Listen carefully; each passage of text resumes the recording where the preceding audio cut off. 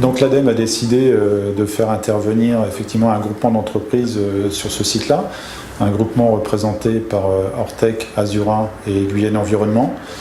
C'est un groupement que j'ai sélectionné pour sa complémentarité dans l'exercice de ce chantier-là. C'est un groupement effectivement qui me donne satisfaction depuis le début du chantier.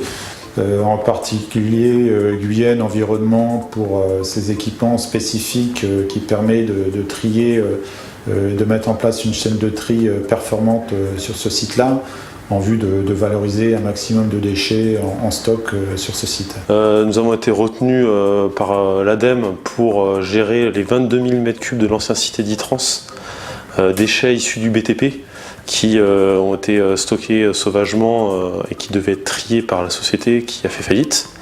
L'ADEME a repris le site orphelin et nous a mandaté pour faire tout ça, puisque nous avons proposé la valorisation de plus de 50% des déchets.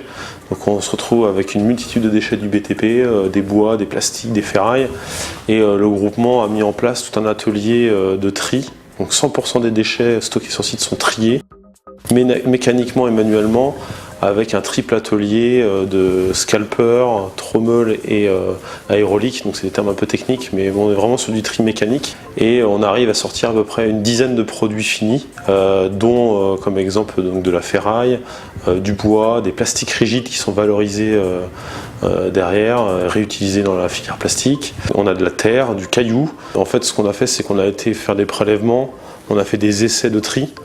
Et on a dit à l'ADEME dans notre offre, nous on est capable de trier 100% des déchets et d'en sortir une multitude de produits finis. Certains valorisables, certains seront forcément non valorisables. Guyenne Environnement a cette ingénierie tri de déchets. Ils ont des machines en propre, leur site à Mérignac qui nous a permis d'alimenter notre chantier en moyens humains et mécaniques.